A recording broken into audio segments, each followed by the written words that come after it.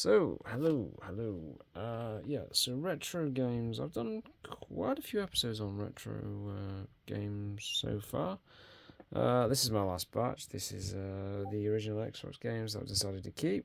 So I'll go through the ones. I have no idea what half of these are. Some of them I'm familiar with. First one up is Bloodwake. No idea, other than it looks like some type of combat open water game or such. A few scratches, as you can see, but the manual's in pretty good nick. There's one I've got that I'm actually keeping the box, but I'm probably going to shove the disc, and that is Tomb Raider Legend. It's a black box, so it's pretty good. Unfortunately, the disc is totally ruined, as you can see, but it's pretty mint other than that. So I gotta at some point try and get another disc for this particular. As you can see, though, that is absolutely ruined. And I'm not a massive Tomb Raider fan, but I figured, it's in immaculate condition. I've got to take the sticker off it.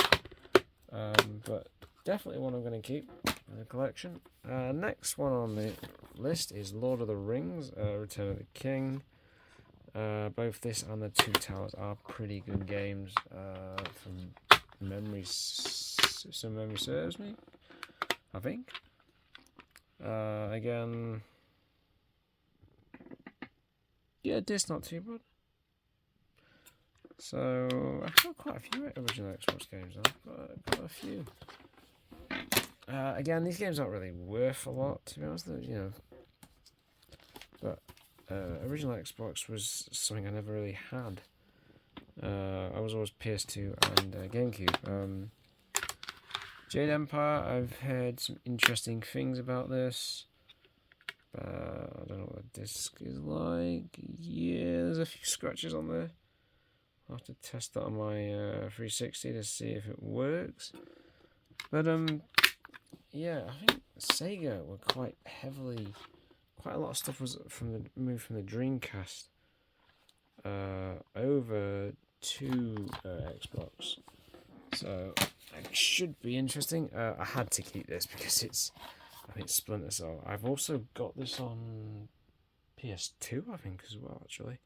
In fact, I've got a little video on the ones for PS2 because I had a mass load of PS2 games I went through in one of my previous videos. And this is... I had to keep this. I mean, it's original Splinter Cell. It's just manual and everything is there. And it's just... and if I'm correct, I think the disc on this one isn't in bad condition. No, not really, as you can see. Yeah, a couple of marks, you scratch there. Generally, I've got a good feeling that will probably work. So yeah, I might have to play that. I've got Chaos Theory. Yeah, Chaos Theory, and I think there's a couple of those. I think Pandora Tomorrow. This one is interesting. Commandos. I remember this from the late 90s. Early 2000s. It was a turn-based strategy game, and a very, very difficult one from memory serves. Game Station sticker. Game Station haven't been in business for, I don't know what, 10 years now, something less than that. It's a shame because we've got the CEX now, as such. Again, yeah, a few marks on it, but I'll be able to buff some of them out maybe, but it should work. There were some really good games I had, but unfortunately the disc was just so marked up, like I just couldn't. They just weren't gonna work. Another Prince of Persia. I've got two of these games. Like Prince of Persia. Again, I've played some small bits of the very, very first Prince of Persia game, but I've never played any of the modern ones. I know it's not in the best of conditions, but the scratches seem superficial. They don't seem that deep from what I can tell. So I'm going to give that one a go anyway, because, why not? Next one is Ninja Gaiden. I've heard this game is very, very difficult, or I've heard the Ninja Gaiden games in general are very, very difficult. Particularly the NES one and is it the Sega Master System? So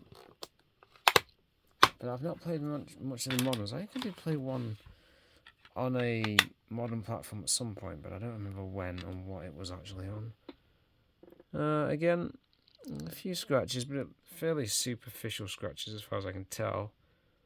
I guess I won't fully know until I load up my 360 and get that set, but we're moving house soon, so I haven't really had the time yet. Turok, funnily enough, this looks quite good. In fact, this looks better than the 360 Turok game, which I've got as well, I believe. It just looks a bit more colourful. I think this is a weird game, because I think this has got a PC port where all the graphics are slightly different. But this one is in pretty good condition, as far as I can... Yeah, that's immaculate. So, it's one I'm going to give a go at some point. I still thoroughly enjoy the N64 games. Now, Star Wars. Yes, Star Wars Battlefront. Now, I think this is in pretty bad condition, if my memory serves right. No, I take that back. I think it was the PS2 versions that were in really bad condition. Original Battlefront, confession time, never played it. The re-releases just came out this week or last week. Pretty terrible.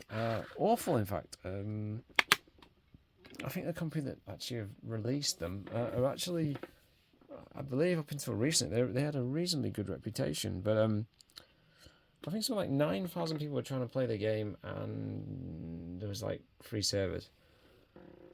So, yes, not the best, I guess. But I mean, I remember playing the EA Battlefront games. It's particularly the second one, which was essentially pay to win. And then at the last minute, people got so pissed off that EA got cold feet, and then just basically got rid of the pay to win game to some degree. But all the massive DLCs are still in there for it.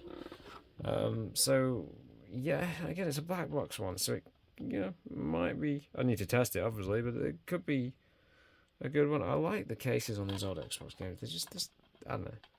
There's a certain style to them. Next game up, Star Wars Episode 3, Revenge of the Sith. I played this on PS2, and I was thoroughly impressed with how good this game was. It is a very, very good game version of the film. It follows the plot of the film, but it also takes liberties, and it has a lot of what-if scenarios, particularly the ending where like Anakin can win and kill Obi-Wan. Hell, he can even kill the Emperor as well. There's a lot of different sort of what-if scenarios. And this was about 20 years ago, so this is quite an impressive game, and one I definitely thought I'd keep for that reason. So I've got some fond memories of playing this when I played it on PS2. Some superficial scratches, but nothing that I consider that particularly deep, so that I might get away with that. But yeah, again, black box as well, which I always think just look better and have a little bit more style to them. Cash converters. But yeah, very, very cool. Very cool indeed. Halo 2, it is the Classics collection, unfortunately, which is a little bit of a downer, I guess, but hell, it's Halo at the end of the day. I would recommend if you're more younger than me, I would imagine, but if you are, I would recommend trying to play these on Game Pass. They've gone back in and redone some of the graphics. You can have like modern textures or more modern textures and stuff like that. There's a few changes they've made. I mean, you can still play the original game, and it's immaculate, so I thought, what the hell? I loved it was the black box version, but unfortunately it's not. But it's Halo, I think Halo is really, really good. I've said before that the combat and everything is fantastic, and the different variety of weapons. The only thing I'd ever criticise Halo about is the story. There just isn't any. The story is just... There's a story, but it's so non-existent. Like, there's no... Very little dialogue, and I have no clue what's going on, apart from in the first one, a general dies at the very end of the game. There's just very little characterization to what's going on, but to be honest, I don't really care, because the game itself is thoroughly entertaining and fun. And I didn't really come across that many bugs, really, which I was quite surprised of. Fable, this was re-released, I believe. I think it was with a Fable one remaster, I think it was. But this is just, I think this is, I'm not even sure actually. Is this an essentially just Halo 1 with extra content, or not? You'd have to tell me in the comments. I'm not 100% sure. I've only ever played Fable 2 and Fable 3, but it's it's immaculate. So I thought, what the hell, I might as well keep it. Obviously, Fable was a very good game from obviously Lionhead Studios, which was oh hell, what's his name? Oh god, John Molyneux, was it? I believe it was. So yeah, very very interesting. Guy that they're talking about the whole Kinect thing at one point as well with 360. I thought, yeah, keep it. Why not? I'll maybe try it one day. Defender. This is just some type of, I don't know. I've never even played. I've never even heard of it. But it looks kind of interesting. It looks like an arcade type game to me. But as I said, I've not played enough of it. Not played any of it to really. No, it needs a bit of a clean down. A few marks on the disc. Obviously, certain games do have this tendency apparently to suffer with a thing called disc rot. So yeah, weird one there. So I've got no, that's the original Halo. Okay, original Halo Combat Evolved. Again, black box. Probably going to keep it for that particular reason. I love that you get manuals, you get stuff with it. I know it's superficial in the grand scheme of things, but I don't know, there's just something kind of cool about it. We're lacking that now and again. A few marks on the disc, I'll probably give them a buff out, but they look pretty superficial, most of them. Maybe it's just the light. Yeah, probably. I have a suspicion that will probably work. I just love the effort made. Nowadays, they just don't get any of that now. And don't get me wrong, I'm not attacking modern gaming, but I mean, you've even got a little book in here. And I'm not really that familiar with a lot of OG Xbox games because I didn't own one. So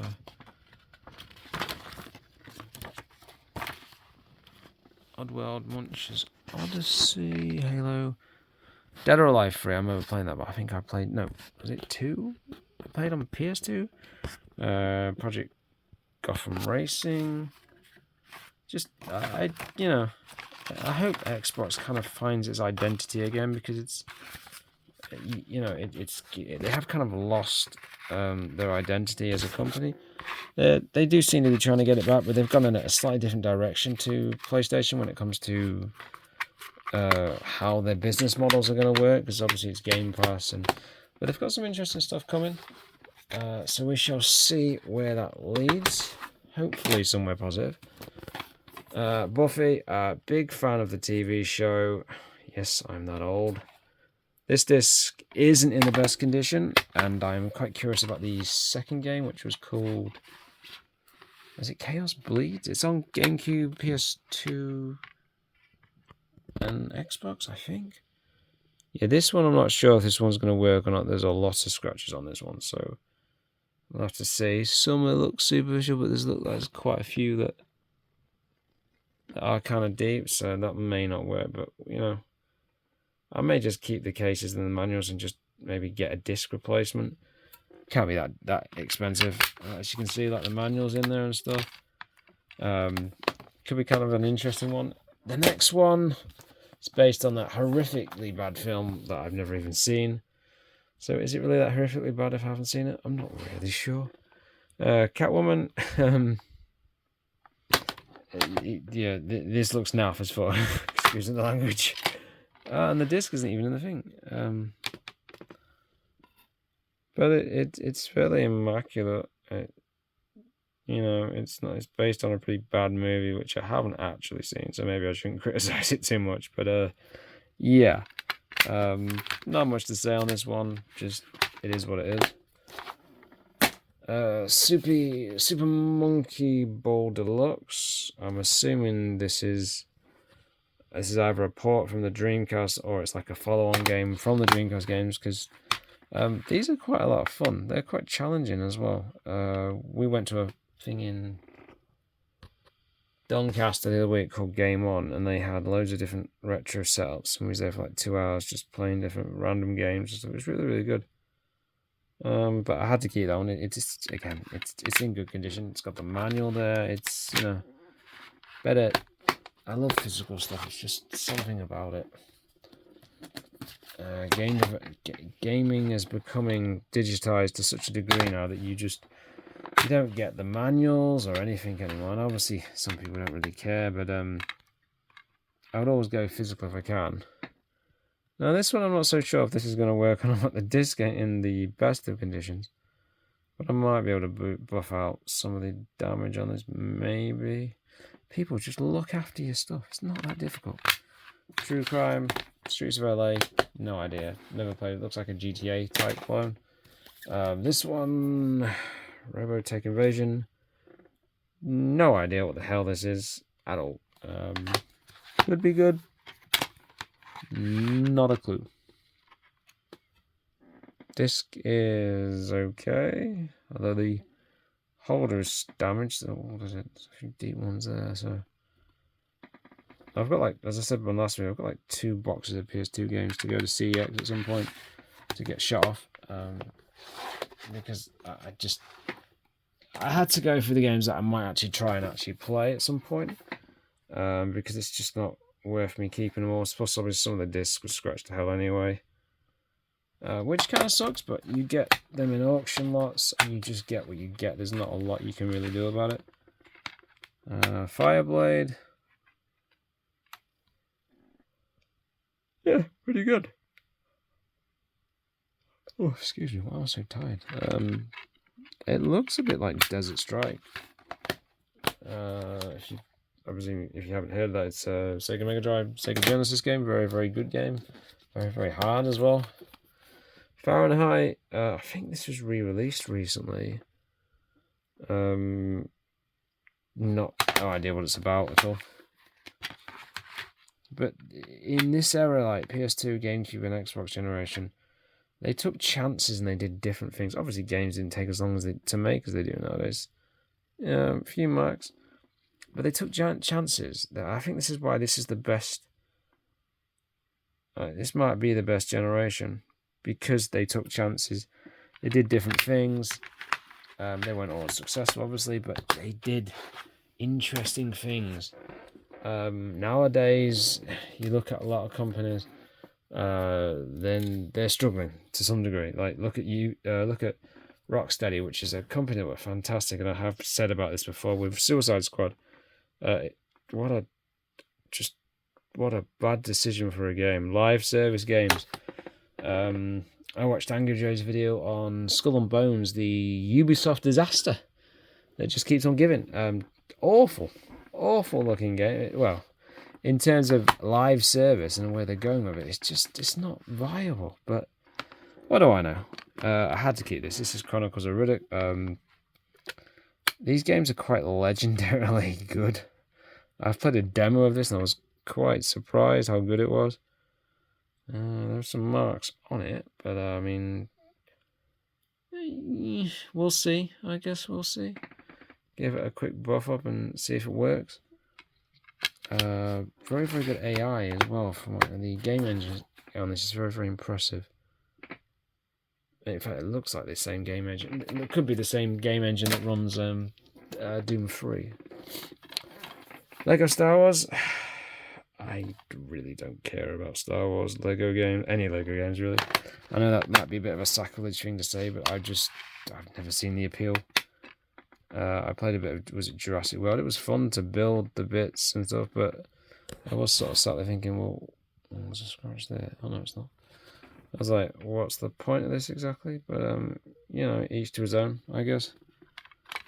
But there's loads of these Star Wars Lego games now anyway. Hobbit, only reason I kept this is I'm a big Lord of the Rings fan. No idea. I could go see that's a better design for Gollum than the one that came out last year. Maybe Embracer should have used that design, because the one they brought out was horrifically bad. Yeah, a few marks on the disc, but I guess we'll see on that. That might be a bit of a question mark on that one actually working. But I thought I'd keep a couple of them. Why is this in here? 360 demo disc. Didn't really play many demo discs. I played more in PS2 and PS1, in particular demo disc. Soul Calibur 2. Sadly, this is just a disc. I don't think there's a manual with this. No, there's not.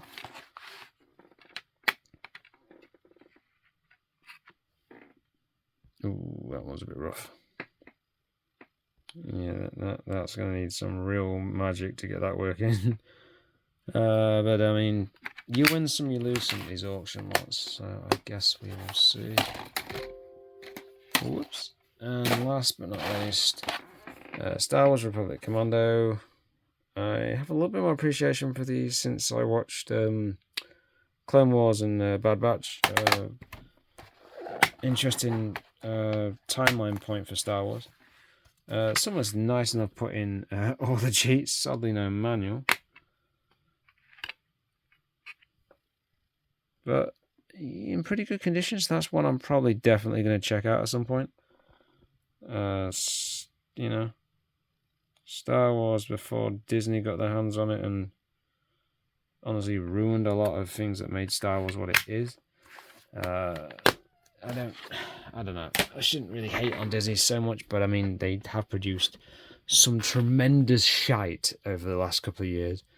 But we will leave it there. So yeah, so that is the pretty much the last of the retro videos for a while, I think, until I can get down to an auction site and auction market such and have a look at some other stuff. But yeah, I'm definitely going to keep them. As I said, I've got these ones there as well that I've kept. But yeah, I've got to go through all this stuff anyway and get some more shelving units and stuff, because it's just too much stuff. That's the only good thing about digital. Digital has its place as well as physical, but I am more of a fan of physical stuff until you've got to move it, and then I go back and forth, I guess. Anyway, I'm going to stop there because I've been ranting on long enough, and I hope you found this interesting. And thank you for the massive increase in subs. It's been cool. It's been really, really good. So thank you for your time.